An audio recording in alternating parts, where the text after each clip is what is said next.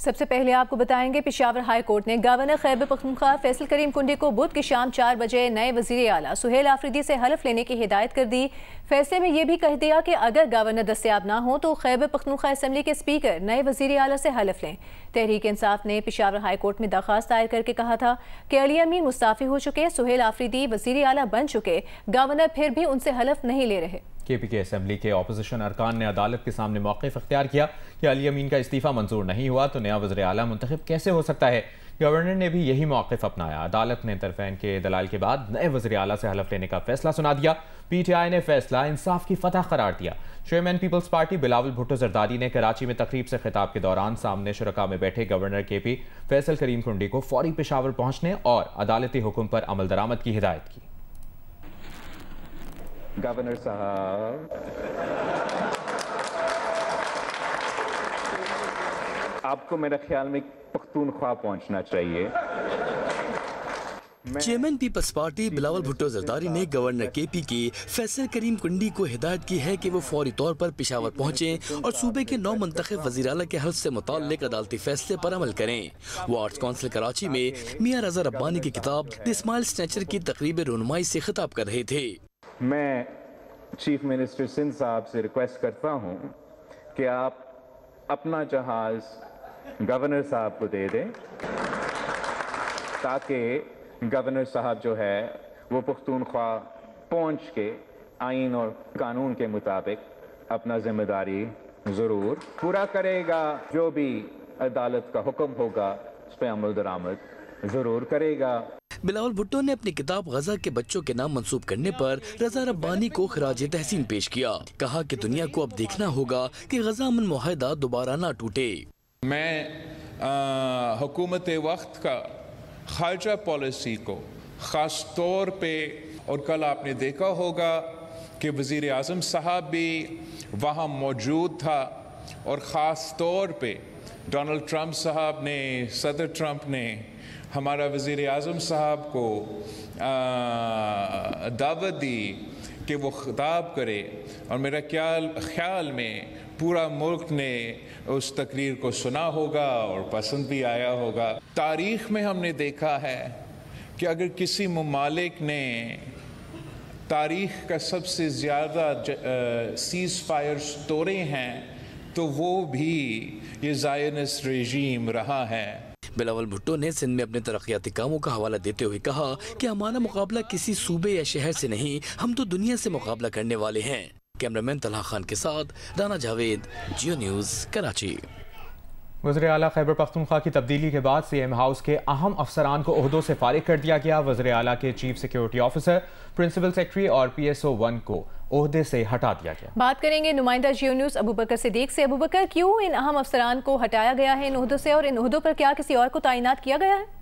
देखिए जी, वज़ीर आला खैबर पख्तूनख्वा अली अमीन गंडापुर की तब्दीली के बाद CM हाउस के अहम 3 अफसरान को जो वो ओहदों से फारिग किया गया है और इस सिलसिले में बाकायदा तौर पर CM हाउस की जानब से जो है अलामिया भी जारी किया गया है, जिसके मुताबिक वज़ीर आला के प्रिंसिपल सेक्रेटरी आबिद मजीद को जो है वो हटा दिया गया है और आबिद मजीद से प्रिंसिपल सेक्रेटरी 2 वज़ीर आला का इजाफी जो चार्ज था उनके पास तो वो वापस ले लिया गया है। और इस तरह इस्लामिया में बताया गया है कि प्रिंसिपल स्टाफ ऑफिसर हैदर गुंदल को भी जो है वो ओहदे से हटा दिया गया है और 2 रोज कबल वज़ीर आला के चीफ सिक्योरिटी ऑफिसर नजम को भी जो है वो तब्दील किया गया था। तीनों ओहदों पर जो है ताहाल नई तकर्रिया जो है वो नहीं की गई। हमारे जो सोर्सेज है बता रहे हैं तीनों अफसरान ने जो है खुद दिलचस्पी जाहिर की थी कि हमें जो है इस पोजीशन से, इस ओहदों से जो है वो हटाया जाए।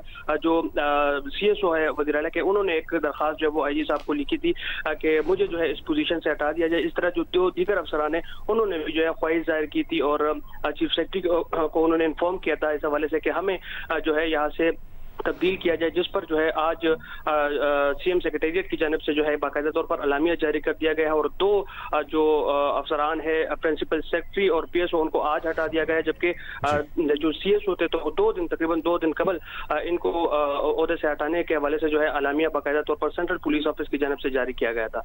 बहुत शुक्रिया आपका अबूबकर सिद्दीक।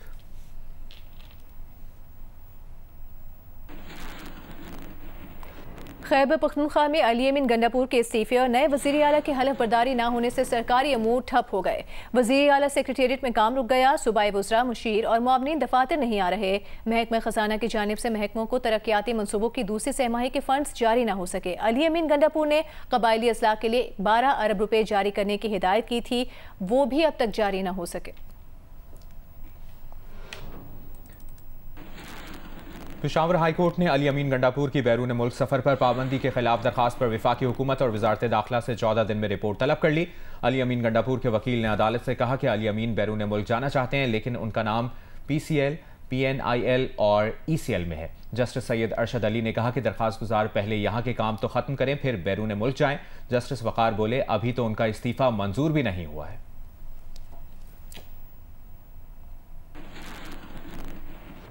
पंजाब पुलिस ने TLP के सरबराह साद रिजवी के घर पर छापा मारकर 11 करोड़ 44 लाख रुपए की पाकिस्तानी करेंसी बरामद कर ली। 6 करोड़ 34 लाख रुपए से जायद का सोना बरामद किया गया, जबकि 25 लाख रुपए मालिक के बरतानवी पाउंड्स, कैनेडियन डॉलर, सऊदी रियाल और इमाराती दिरहम भी बरामद किए गए। 50,000 भारतीय रुपए भी निकले। जियो न्यूज के नुमाइंदे मियां आबिद के मुताबिक FIA ने TLP की क़यादत के खिलाफ मनी लॉन्ड्रिंग की तहकीकात शुरू कर दी हैं। GIT तश्कील दे दी गई।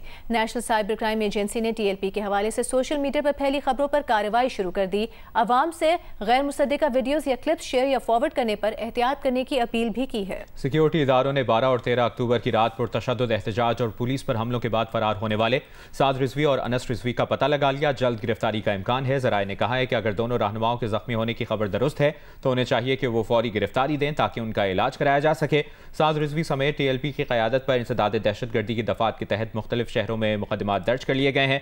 उन पर पुलिस से असलहा छीनने, दफ़ा 144 की खिलाफ वर्जी करने और टायर जलाकर सड़कें बंद करने समेत मुख्तलिफ इल्जामात हैं। लाहौर, मुरीद के, कसूर, कामोकी, गुजरावाला और शेखुपुरा से मजीद 39 अफराद गिरफ्तार कर लिए गए। TLP के सरबराह साद रिजवी पुलिस की हिरासत में हैं या कहीं और? क्या वो जख्मी हुए हैं या नहीं? पुलिस का ऑपरेशन क्यों हुआ? DIG ऑपरेशंस लाहौर फैसल कामरान ने प्रोग्राम आज शाहजेब खानजादा के साथ में अहम तफसीलात बता दी। DIG ऑपरेशंस का तफसीली इंटरव्यू देखिए प्रोग्राम आज शाहजेब खानजादा के साथ में रात 10 बजे सिर्फ जियो न्यूज पर। रावलपिंडी इस्लामाबाद में तमाम सड़कें खोल दी गई हैं। मेट्रो बस सर्विस भी मुकम्मल बहाल कर दी गई है। मजीद बता रहे हैं फैजाबाद से जियो न्यूज़ के नुमाइंदे ज़रहून शाह। जी गुज़श्ता 6 रोज़ से मुकम्मल बंद रहने के बाद रावलपिंडी और इस्लामाबाद पे फैज़ाबाद इंटरचेंज इस वक्त खुल गया है। इस वक्त एक्सप्रेस वे बिल्कुल क्लियर है। IJP रोड से ट्रैफिक सारी इस्लामाबाद को आ भी रही है और जा भी रही है। उसके अलावा इस्लामाबाद के भी तकरीबन सारे रोड इस वक्त खुले हैं, ट्रैफिक आज़ादी से रवां दवां है। फैज़ाबाद इंटरचेंज पे मरी रोड से आने वाली ट्रैफिक अभी थोड़ा इंतज़ार करेगी, क्योंकि रोड को क्लियर किया जा रहा है। कंटेनर्स उठा के साइड पे रख दिए गए हैं। ताहम रोड पे जो मिट्टी के ढेर लगाए गए थे उन्हें भी अभी रिमूव किया जा रहा है, उन्हें उठा के डंपरों में डाला जा रहा है और थोड़ी देर तक रावलपिंडी मरी रोड से इस्लामाबाद को जाने वाला ये सेक्शन जो है ये भी क्लियर हो जाएगा। और इसके अलावा इसके मुज़ाफ़ात में तकरीबन सारे रोड इस वक्त क्लियर हैं। माजी की एक फिल्म में बतौर नूरी नत किरदार अदा करते मुस्तफ़ा कुरैशी ने जब साथी अदाकार के सामने ये डायलॉग बोले कि आज के बाद जब तेरी बैसाखी ज़मीन से टकराएगी तो इससे ठक ठक ठक की नहीं नूरी नत नत नत की आवाज़ आएगी, तो गोया उन्हें अमर कर दिया। आज वही नूरी नत यानी मुस्तफ़ा कुरैशी कराची की टूटी सड़क का शिकार हो गए। टूटी सड़क में फंसकर मुस्तफ़ा कुरैशी की टांग टूट गई। ये हादसा उन्हें उस वक्त पेश आया जब वो सुबह की वॉक कर रहे थे। मुस्तफ़ा कुरैशी ने कराची की सड़कों की हालत इज़ार पर इन अल्फाज में तबसरा किया कि अल्लाह हुक्मरानों को अक्ल दे कि वो शहर की सड़कें बना दें। जख्मी मुस्तफ़ा कुरैशी से जियो न्यूज़ के नुमाइंदे वलीद अहमद ने बात की है, आइए देखते हैं। कराची की सड़कों से जहां एक आम आदमी परेशान है, तो वहीं जो पाकिस्तान फिल्म इंडस्ट्री के फ़नकार हैं जिन्होंने फिल्म इंडस्ट्री में नाम कमाया वो भी इससे मुतासिर हो रहे हैं। 700 से ज़ायद फिल्मों में काम करने वाले मुमताज़ अदाकार मुस्तफ़ा कुरैशी, उनके पैर में चोट लगी है और उसका सबब है कराची की एक ख़राब सड़क। बाहर निकलता हूँ, घर के गली है तो वॉक करता हूँ, तो वहाँ सड़क में नाली जैसे बनी हुई है, खोदी हुई है, उसको अहले अख्तियार ने खोद तो लिया लेकिन कवर नहीं किया हुआ था। मेरा पाँव उसमें आ गया, पाँव फंस गया, मैं डिसबैलेंस हो गया और ठा ज़मीन पे गिर पड़ा। सर मेरा यहाँ चोट आई और पाँव जो है उसकी हड्डी जो है वो फ्रैक्चर हो गया। नालियाँ होती हैं और वो अपना गटर के जो खुले हुए होते हैं उनमें भी हादसात होते हैं।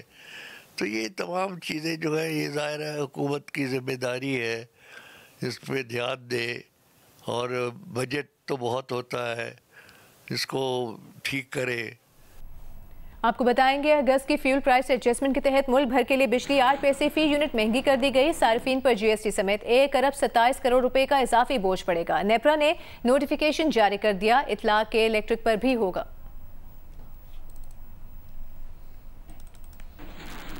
अमीर JUI मौलाना फजल रहमान ने कन्वेंशन सेंटर इस्लामाबाद में मीडिया से गुफ्तगू करते हुए कहा है कि उन्होंने माजी में भी पाक अफगान कशीदगी कम करने में किरदार अदा किया था, अब भी कर सकते हैं। अफगान क़यादत से राब्ते हुए हैं, अफगान क़यादत मामलात को अफ़वाम व तफ़हीम से हल करना चाहती है। मौलाना फजल रहमान ने कहा कि पाक अफगान जंग बंदी तो हो गई, अब ज़ुबानबंदी भी होनी चाहिए। कश्मीर पर अफगान वज़ीर ख़ारिजा के बयान पर वावेला करने की बजाय कश्मीर पर अपने किरदार को भी देखना चाहिए। मौलाना फजल रहमान ने कहा कि तहरीक लब्बैक के साथ जो हुआ उसकी पहले भी मजम्मत की थी, अब भी करते हैं। खैबर पख्तूनख्वा में वज़ीर आला के इंतखाब का मामला अदालत में है, अदालत को आइन और कानून के मुताबिक मामले को देखना चाहिए।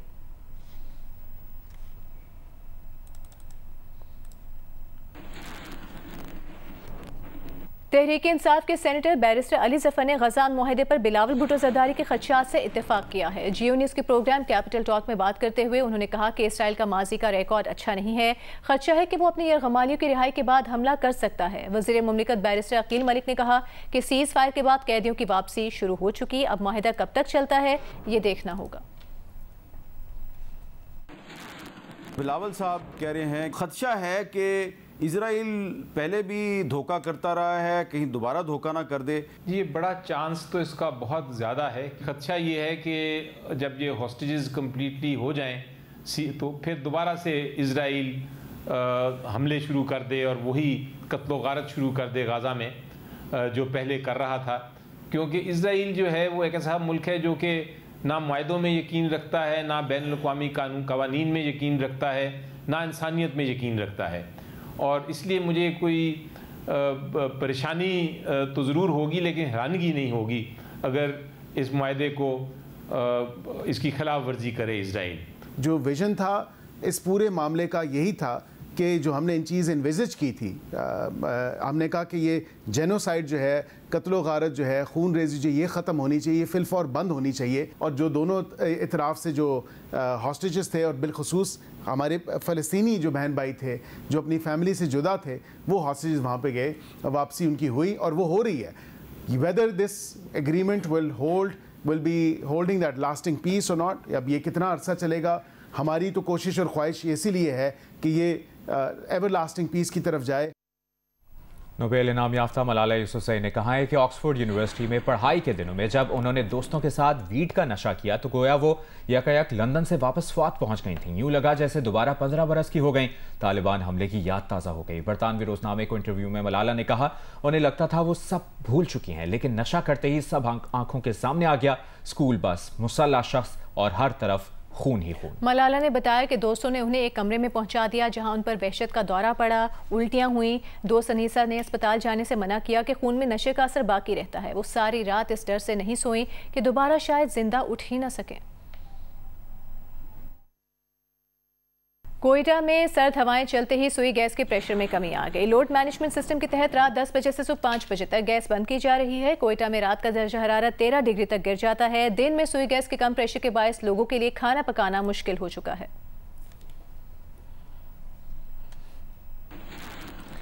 एक तोला सोना 6,900 रुपये महंगा होकर 4,35,100 रुपये का हो गया। 10 ग्राम सोने की कीमत 5,916 रुपये इजाफे से 3,73,028 रुपये हो गई। आलमी मार्केट में एक आउंस सोने का भाव $69 इजाफे से $4,140 हो गया।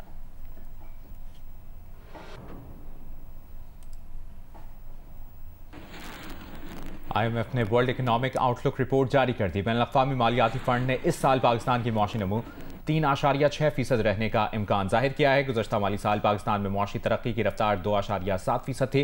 रिपोर्ट के मुताबिक पाकिस्तान में रवा माली साल बेरोजगारी कम होकर 7.5% पर आने का तखमीना है। रिपोर्ट के मुताबिक गुज़श्ता माली साल पाकिस्तान में बेरोजगारी की शरह 8% थी। पाकिस्तान में इस साल महंगाई 6% तक बढ़ने का इम्कान है। IMF रिपोर्ट के मुताबिक गुज़श्ता माली साल मुल्क में महंगाई की शरह 4.5% थी। रिपोर्ट के मुताबिक करंट अकाउंट खसारा GDP के 0.4% रहने का तखमीना है।